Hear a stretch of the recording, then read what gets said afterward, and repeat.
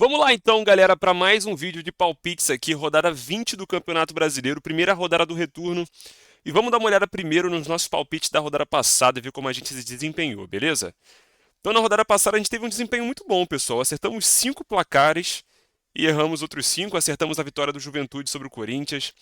Erramos apostando no Grêmio sobre o Sport, no Cruzeiro sobre o Santos. Acertamos o empate entre Vasco e Atlético Mineiro. Apostamos no Ceará e quase acertamos. O Palmeiras conseguiu uma virada muito boa no final da partida. Apostamos no Bahia, que acabou empatando com o Fluminense. Apostamos no Fortaleza contra o Botafogo e talvez tenha sido o nosso maior erro, que o Fogão meteu 5-0 no Fortaleza. Mas acertamos a vitória de Flamengo, São Paulo e também acertamos a vitória do Internacional diante do Bragantino. E como a gente é brasileiro, não desiste nunca, vamos tentar de novo acertar nossa meta de acertar as 10 partidas, beleza? Então, a classificação do Brasileirão tá assim, pessoal. O Flamengo em primeiro com 40 pontos, o Cruzeiro com 37, Palmeiras 36 e Bahia 30 fecham o G4.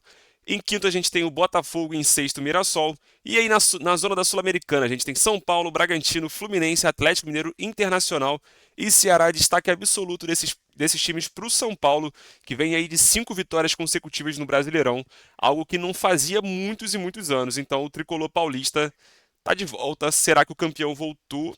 Cara, não sei. Mas é algo que surpreende. Como destaque negativo, com certeza o Bragantino, né? 5 derrotas seguidas. É um time que desde o retorno do Super Mundial não vem conseguindo vencer. E tá preocupante a situação do Bragantino. Em 13º a gente tem o Corinthians, em 14º o Santos, que fez 7 pontos dos últimos 9. Isso a gente tem que considerar com certeza. Vencer o Cruzeiro em pleno Mineirão não é para qualquer um, né? E aí tem Grêmio, Vitória, Vasco, Fortaleza, Juventude e Sport fazem o Z4 da competição. E na rodada de hoje, pessoal, a gente tem que levar algumas coisas em consideração, tá? Principalmente o fator Libertadores. Alguns times vão jogar na Libertadores, a gente sabe que os times brasileiros eles priorizam a Libertadores, e isso vai ser muito importante para essa rodada de final de semana, tá? O primeiro jogo aqui é um caso de dois times que o Fortaleza está envolvido na Libertadores, o Fluminense não está envolvido na Libertadores, mas está envolvido na Sul-Americana. O Fortaleza empatou em 0-0 jogando em casa, vai ter que jogar fora de casa. Vive uma situação um pouco dramática no Campeonato Brasileiro, né, na 18ª colocação. Não vai poder poupar jogadores para esse confronto. Mas eu acredito que mesmo sem poupar, o Fluminense ainda é superior à equipe do Fortaleza. Se a gente pegar aqui, por exemplo, o Fortaleza como visitante, pessoal, ele é um dos piores times da competição, não chegou a vencer nenhum jogo, são 4 empates e 4 derrotas, ou seja, é um time bem fraco jogando fora de casa. E o Fluminense é um time que está ali na 7ª colocação jogando como mandante, costuma fazer valer o seu mano de campo, são 5 vitórias, um empate e 2 derrotas. Então eu acredito que o Fluminense, mesmo tendo um jogo de meio de semana pela Sul-Americana, consegue vencer com certa tranquilidade a equipe do Fortaleza, tá? 2-0, já vou até botar aqui no simulador também, né? Sempre esqueço desse simulador. Mas vamos lá, 2-0 Fortaleza, 2-0 Fluminense em cima do Fortaleza então.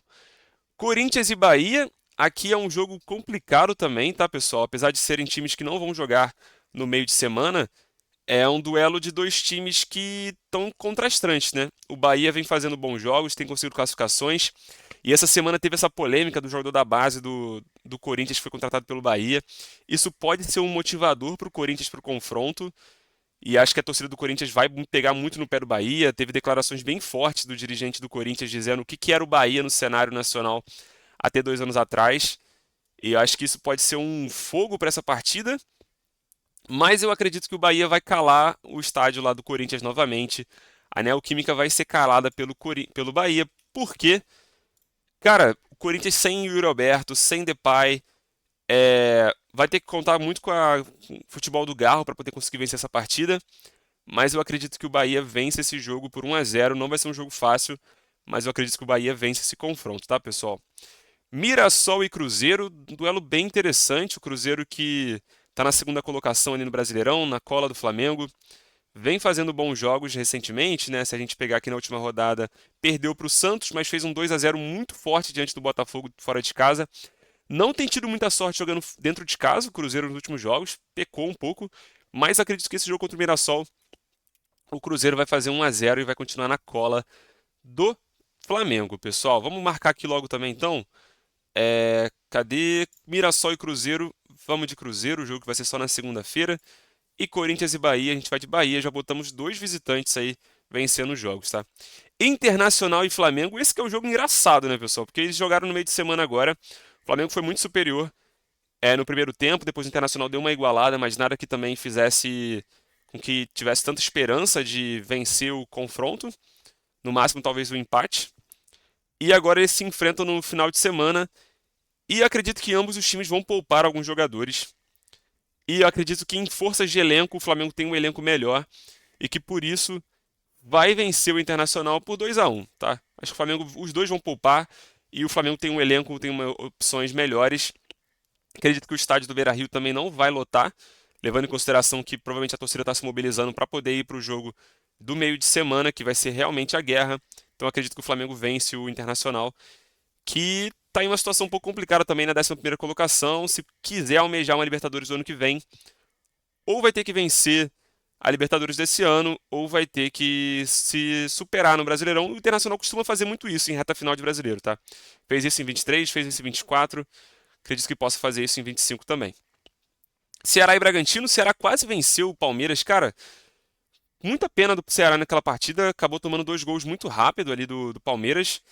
E isso foi um pouco ruim para o time cearense, mas enfrenta um Bragantino que vem em péssima fase. E aqui não tem como não apostar contra o Bragantino, tá, pessoal? Péssima fase do Bragantino, eu sei que uma hora eles vão voltar a vencer, isso é óbvio. É um time novo, um time jovem que tem muito potencial, alguns destaques individuais que podem fazer valer e fazer o time do Bragantino vencer, mas eu acredito que o Ceará vence esse jogo por 2-0, um gol do Galeno. Isso eu posso cravar, o outro eu não sei de quem vai ser, mas acredito que o Galeno faça um deles sim. Botafogo e Palmeiras, duelo que tem tido grandes jogos ao longo desses últimos anos.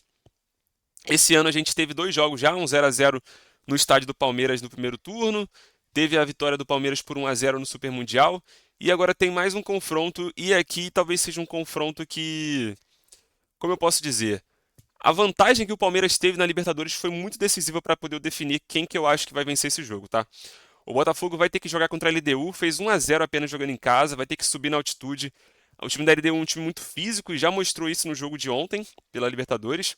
E o Palmeiras, pelo contrário, o Palmeiras fez 4-0, 4-0 no Universitário, já praticamente matou a partida. Tenho com certeza o fator do desgaste, de ter que voltar de viagem, uma viagem longa. Mas, cara, sério, o Palmeiras ele pode claramente poupar no jogo da volta pela Libertadores. É praticamente impossível o Palmeiras ser eliminado na Libertadores quarta-feira. O Universitário teria que fazer uma reversão muito grande no placar, mesmo que o Palmeiras bote o time reserva do Palmeiras é superior aos titulares do Universitário. E eu acredito fielmente que isso vai ser vantajoso para o Palmeiras nesse confronto, que vai poder botar alguns titulares que o Botafogo não vai poder botar. E o elenco do Botafogo perdeu muito, não está tão encorpado igual estava ano passado. E isso pode ser decisivo aí para o Palmeiras fazer um 2-0, tá, pessoal? 2-0. O Botafogo perdeu o zagueiro David Ricardo, tá sem o Caio Pantaleão. Talvez tenha que botar algumas opções até da base para esse confronto. Então acredito que o Palmeiras vença assim. Santos e Vasco, duelo de Neymar e Coutinho. Os jogadores foram muito importantes aí no Brasil nos últimos anos, né? Principalmente na Copa do Mundo 2018. Eram os dois grandes nomes do time. E o Santos está no modo fantástico, venceu o Cruzeiro. Já vinha de vitória antes também, teve aquele empate heróico contra o time do Sport, que saiu perdendo de 2-0. Então é um time que acredito que vai vencer por 2-1 o Vasco. Vai ser um duelo bem difícil, mas acredito que o Santos emplaca a terceira vitória consecutiva. E na nossa simulação já chegaria ali pelo menos em 11º. Óbvio, isso se o Atlético não vencer o Grêmio, né? O Grêmio também não duela nesse meio de semana, né? Mas acredito que esse jogo não vai ser só uma vitória do Atlético, como também vai ser a demissão do Mano Menezes. Acho que até ele pode pedir demissão, porque a situação está muito ruim pro Grêmio, que contratou o Marcos Rocha, buscou algumas opções aí no mercado, tentando algumas mudanças desse time, mas eu acredito que o Atlético vence por 2-0 e o Mano cai, tá? Vitória e Juventude, aqui de novo vale a pena a gente dar uma olhada, pessoal. O Juventude tem um incrível retrospecto de 8 jogos como visitante e são 8 derrotas, 2 gols feitos e 27 sofridos, um saldo de menos 25. O Vitória, ele, apesar de estar muito mal colocado na competição ali, ele tem um histórico de 9 jogos em casa, 3 vitórias, 4 empates e apenas 2 derrotas. E eu tenho convicção de que o Vitória vai fazer um 2-0, mesmo o Juventude tendo vencido o último jogo, mas venceu em Caxias do Sul, jogando fora de casa, a situação um pouco diferente. E eu acredito que o Vitória do Zé Ricardo consegue vencer esse jogo. E aqui de novo para o último confronto, pessoal. A gente tem então a questão de Sport e São Paulo. Mais um jogo de um time que vai jogar na Libertadores. O São Paulo teve muita sorte no meio de semana, conseguiu um empate muito heróico diante do Atlético Nacional, empatou em 0-0. Lembrando que o Atlético Nacional teve dois pênaltis perdidos. O goleiro Rafael tem sido um dos melhores jogadores dessa competição. E eu acredito que o São Paulo, apesar de 5 vitórias seguidas, vai poupar alguns jogadores. Mas não acredito que vai perder, tá? Acredito que vai ser um jogo de 1-1. E o Sport vai continuar pontuando, mas ainda está muito longe aí da zona de fugida da zona da degola. Estaria a 10 pontos do Grêmio na nossa simulação aqui da competição. Vou terminar de botar aqui então, pessoal. Ceará e Bragantino, Ceará. Vitória e Juventude, Vitória. Sport e São Paulo, empate. Santos e Vasco, Santástico.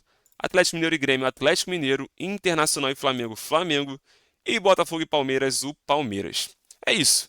Essas foram as minhas simulações, meus possíveis resultados. Já deixa o seu like aí se você curtiu e gostou dos palpites. E comenta aí embaixo quem você acha que vai ser o campeão do Campeonato Brasileiro. Então é isso, pessoal. Até o próximo vídeo. Valeu, falou!